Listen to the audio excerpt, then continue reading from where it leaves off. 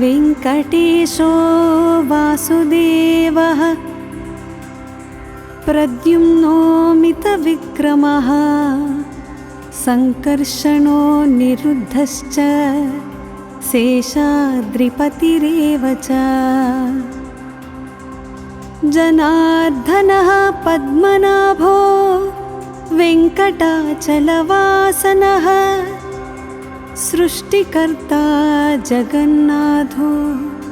माधवो भक्तवत्सलः गोविन्दो गोपतिः कृष्णः केशवो गरुडध्वजः वराहो वामनश्चैव नारायण अधोक्षजः श्रीधरः पुण्डरीकाक्षः सर्वदेवस्तुतो हरिः श्रीनृसिंहो महासिंहः सूत्रकारः पुरातनः रमानाथो महीभर्ता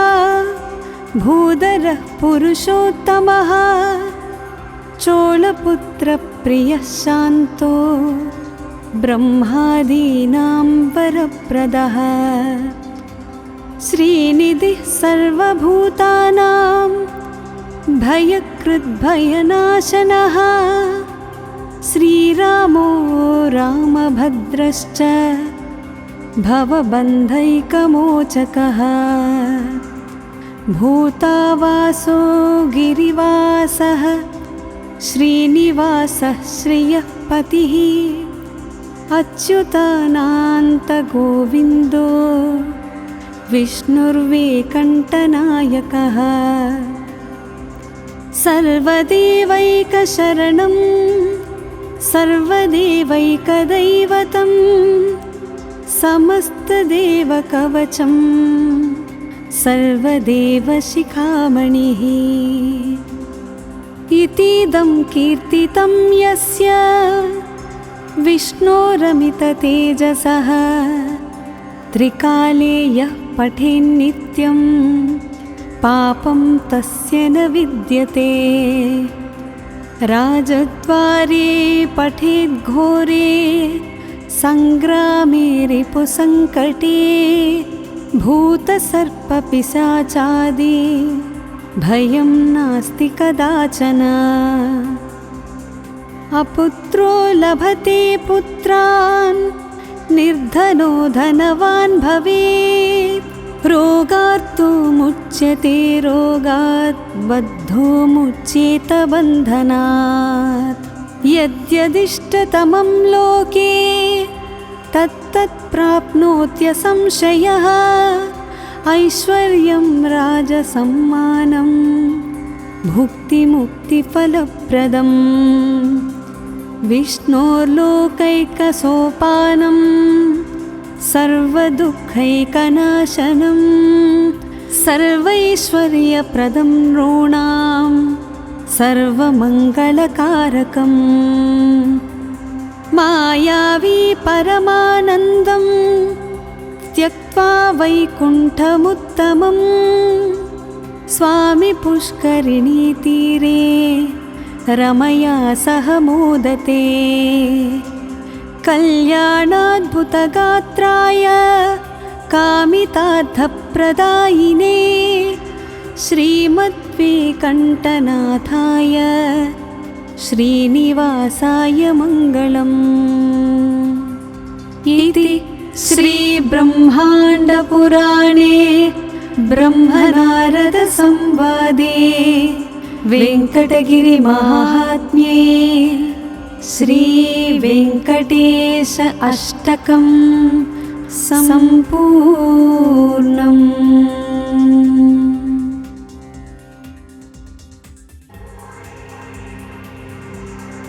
वेङ्कटेशो वासुदेवः प्रद्युम्नो मितविक्रमः सङ्कर्षणो निरुद्धश्च शेषाद्रिपतिरेव च जनार्दनः पद्मनाभो वेङ्कटाचलवासनः सृष्टिकर्ता जगन्नाथो माधवो भक्तवत्सलः गोविन्दो गोपतिः कृष्णः केशवो गरुडध्वजः वराहो वामनश्चैव नारायण अधोक्षजः श्रीधरः पुण्डरीकाक्षः सर्वदेवस्तुतो हरिः श्रीनृसिंहो महासिंहः सूत्रकारः पुरातनः रमानाथो महीभर्ता भूधरः पुरुषोत्तमः चोलपुत्रप्रियः शान्तो ब्रह्मादीनां वरप्रदः श्रीनिधिः सर्वभूतानां भयकृद्भयनाशनः श्रीरामो रामभद्रश्च भवबन्धैकमोचकः भूतावासो गिरिवासः श्रीनिवासः श्रियः पतिः अच्युतानन्तगोविन्दो विष्णुर्वेकण्ठनायकः सर्वदेवैकशरणं सर्वदेवैकदैवतं समस्तदेवकवचं सर्वदेवशिखामणिः इतीदं कीर्तितं यस्य विष्णोरमिततेजसः त्रिकाले यः पठेन्नित्यं पापं तस्य न विद्यते राजद्वारे पठेद्घोरे सङ्ग्रामे रिपुसङ्कटे भूतसर्पपिशाचादि भयं नास्ति कदाचन अपुत्रो लभते पुत्रान् निर्धनो धनवान् भवेत् रोगार्तो मुच्यते रोगात् बद्धो मुच्येत बन्धनात् यद्यदिष्टतमं लोके तत्तत् प्राप्नोत्यसंशयः ऐश्वर्यं राजसम्मानं भुक्तिमुक्तिफलप्रदम् विष्णोर्लोकैकसोपानं सर्वदुःखैकनाशनं सर्वैश्वर्यप्रदं नॄणां सर्वमङ्गलकारकम् मायावी परमानन्दं त्यक्त्वा वैकुण्ठमुत्तमं स्वामी पुष्करिणीतीरे रमया सह मोदते कल्याणाद्भुतगात्राय कामितार्थप्रदायिने श्रीमद्वेकण्ठनाथाय श्रीनिवासाय मङ्गलम् इति श्रीब्रह्माण्डपुराणे ब्रह्मनारदसंवादे वेङ्कटगिरिमाहात्म्ये श्रीवेङ्कटेश अष्टकं सम्पूर्णम्।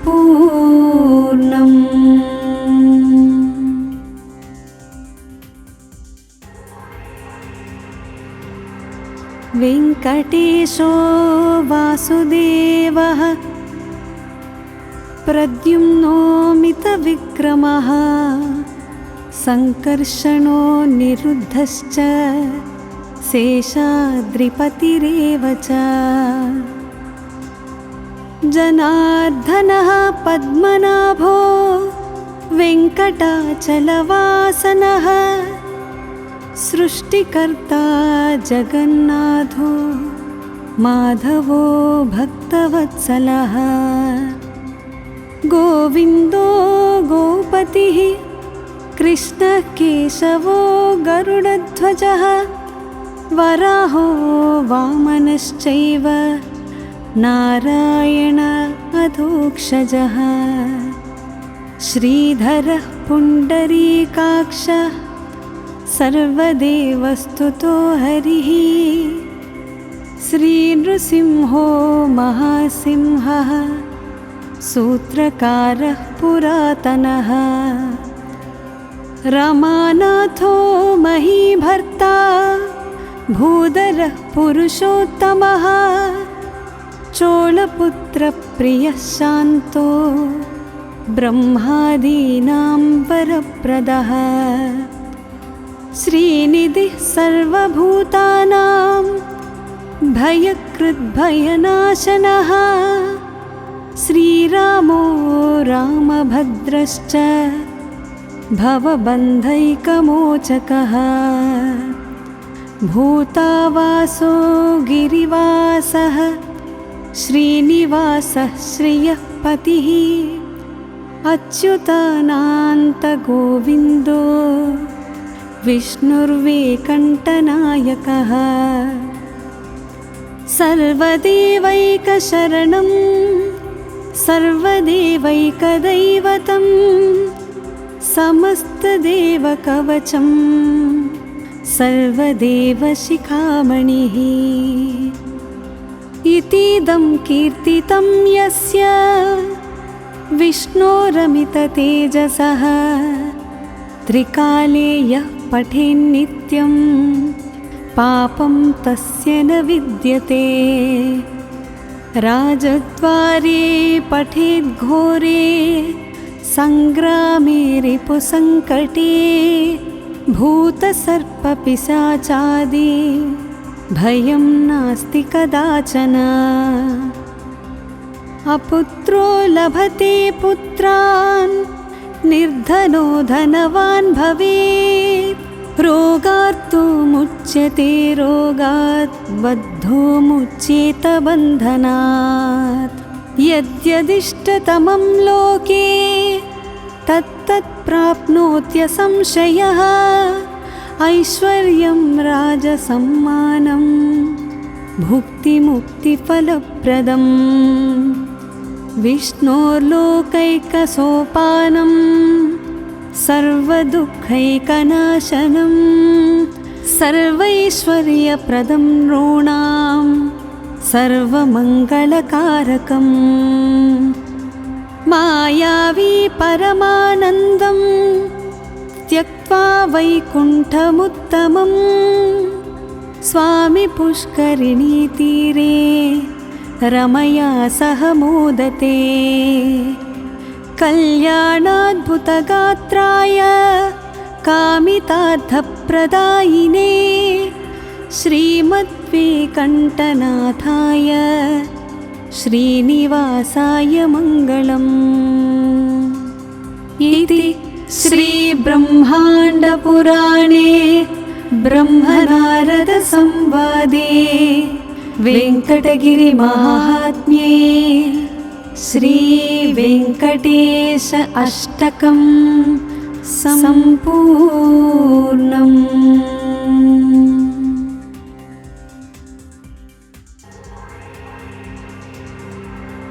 वेङ्कटेशो वासुदेवः प्रद्युम्नो मितविक्रमः सङ्कर्षणो निरुद्धश्च शेषाद्रिपतिरेव च जनार्दनः पद्मनाभो वेङ्कटाचलवासनः सृष्टिकर्ता जगन्नाथो माधवो भक्तवत्सलः गोविन्दो गोपतिः कृष्णः केशवो गरुडध्वजः वराहो वामनश्चैव नारायण अधोक्षजः श्रीधरः पुण्डरीकाक्षः सर्वदेवस्तुतो हरिः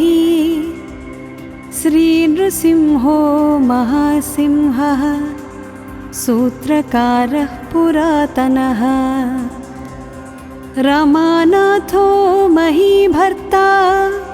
भूधरः पुरुषोत्तमः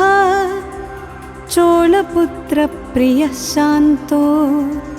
ब्रह्मादीनां वरप्रदः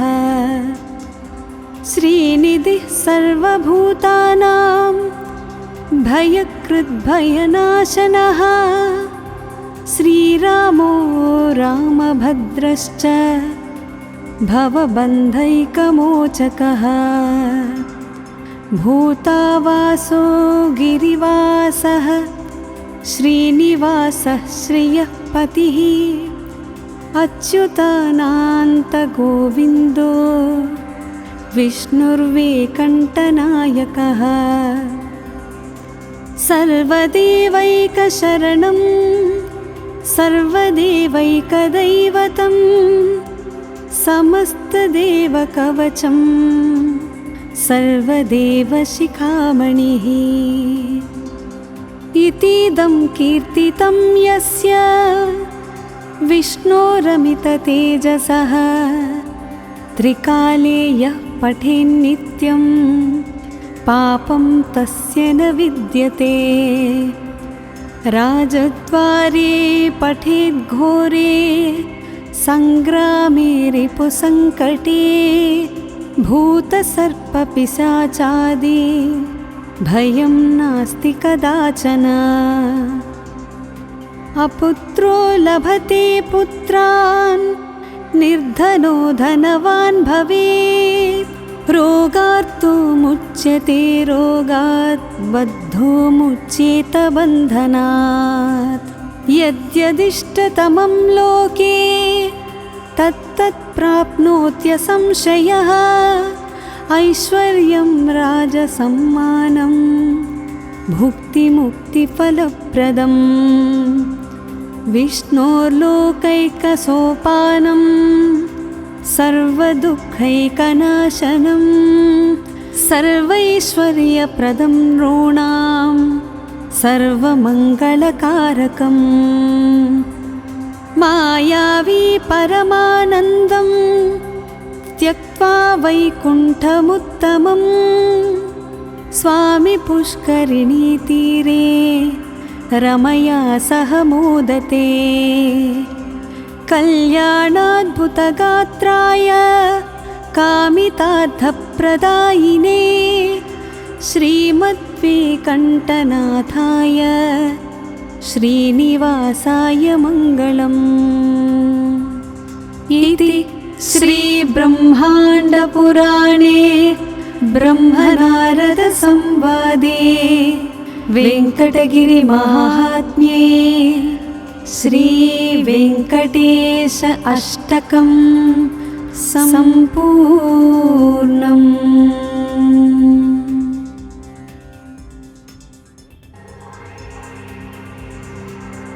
वेङ्कटेशो वासुदेवः प्रद्युम्नो मितविक्रमः सङ्कर्षणो निरुद्धश्च शेषाद्रिपतिरेव च जनार्दनः पद्मनाभो वेङ्कटाचलवासनः सृष्टिकर्ता जगन्नाथो माधवो भक्तवत्सलः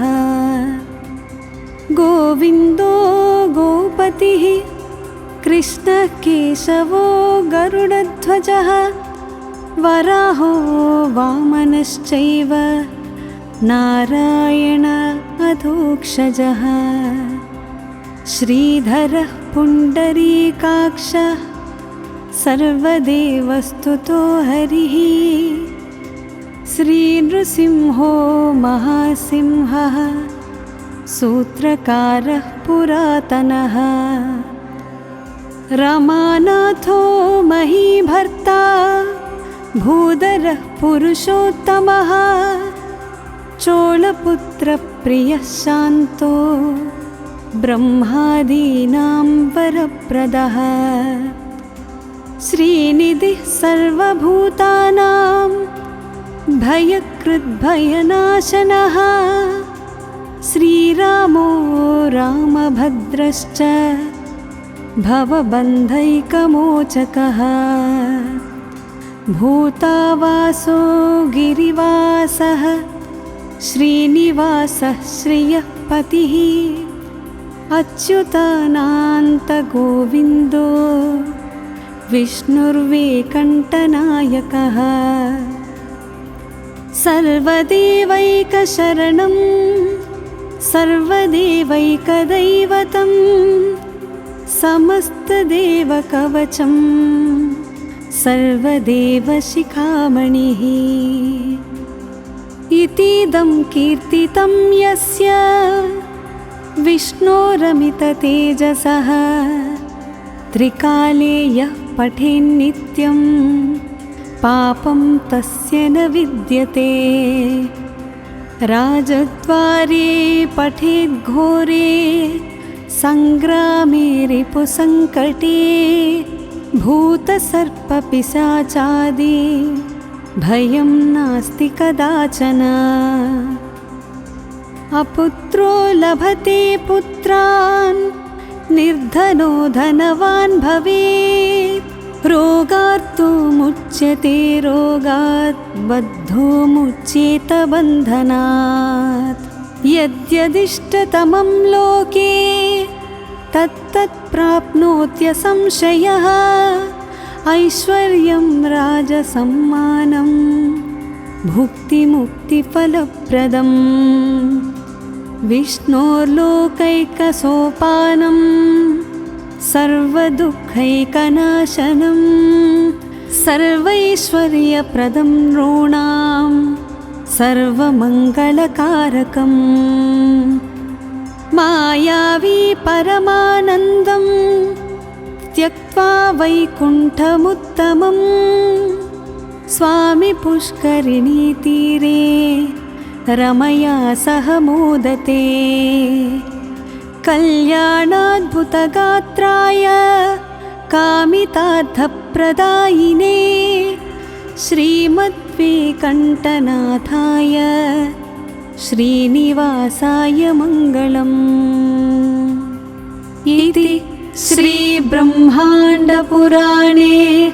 ब्रह्मनारदसंवादे वेङ्कटगिरिमाहात्म्ये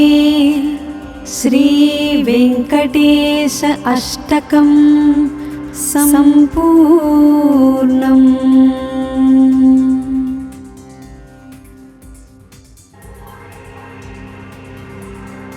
वेङ्कटेशो वासुदेवः प्रद्युम्नो मितविक्रमः सङ्कर्षणो निरुद्धश्च शेषाद्रिपतिरेव च जनार्दनः पद्मनाभो वेङ्कटाचलवासनः सृष्टिकर्ता जगन्नाथो माधवो भक्तवत्सलः गोविन्दो गोपतिः कृष्णः केशवो गरुडध्वजः वराहो वामनश्चैव नारायण अधोक्षजः श्रीधरः पुण्डरीकाक्षः सर्वदेवस्तुतो हरिः श्रीनृसिंहो महासिंहः सूत्रकारः पुरातनः रमानाथो महीभर्ता भूधरः पुरुषोत्तमः चोळपुत्रप्रियः शान्तो ब्रह्मादीनां वरप्रदः श्रीनिधिः सर्वभूतानां भयकृद्भयनाशनः श्रीरामो रामभद्रश्च भवबन्धैकमोचकः भूतावासो गिरिवासः श्रीनिवासः श्रियः पतिः अच्युतानन्तगोविन्दो विष्णुर्वेङ्कटनायकः सर्वदेवैकशरणं सर्वदेवैकदैवतं समस्तदेवकवचं सर्वदेवशिखामणिः इतीदं कीर्तितं यस्य विष्णोरमिततेजसः त्रिकाले यः पठेन्नित्यं पापं तस्य न विद्यते राजद्वारे पठेद्घोरे संग्रामे रिपुसङ्कटे भूतसर्पपिशाचादि भयं नास्ति कदाचन अपुत्रो लभते पुत्रान् निर्धनो धनवान् भवेत् रोगार्तो मुच्यते रोगात् बद्धो मुच्येत बन्धनात् यद्यदिष्टतमं लोके तत्तत् प्राप्नोत्यसंशयः ऐश्वर्यं राजसम्मानं भुक्तिमुक्तिफलप्रदम् विष्णोर्लोकैकसोपानं सर्वदुःखैकनाशनं सर्वैश्वर्यप्रदं नॄणां सर्वमङ्गलकारकम् मायावी परमानन्दं त्यक्त्वा वैकुण्ठमुत्तमं स्वामी पुष्करिणीतीरे रमया सह मोदते कल्याणाद्भुतगात्राय कामितार्थप्रदायिने श्रीमद्वेङ्कटनाथाय श्रीनिवासाय मङ्गलम् इति श्रीब्रह्माण्डपुराणे ब्रह्मनारदसंवादे वेङ्कटगिरिमाहात्म्ये श्रीवेङ्कटेश अष्टकं सम्पूर्णम्।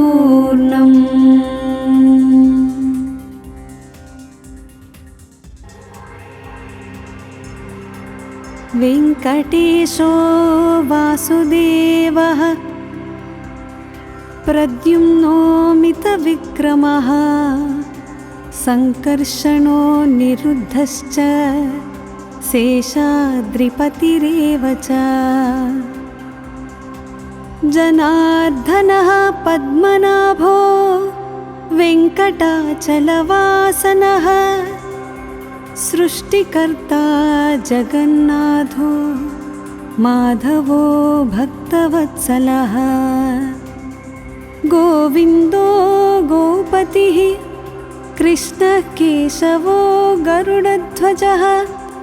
वराहो वामनश्चैव नारायण अधोक्षजः श्रीधरः पुण्डरीकाक्षः सर्वदेवस्तुतो हरिः श्रीनृसिंहो महासिंहः सूत्रकारः पुरातनः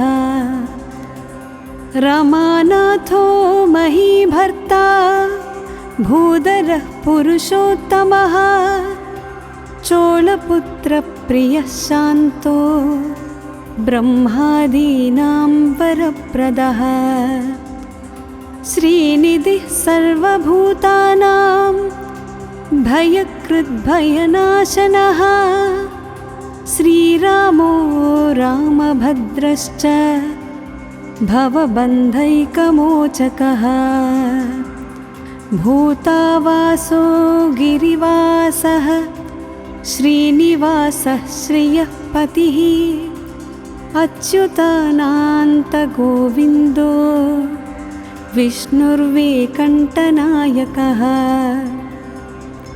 सर्वदेवैकशरणं सर्वदेवैकदैवतं समस्तदेवकवचं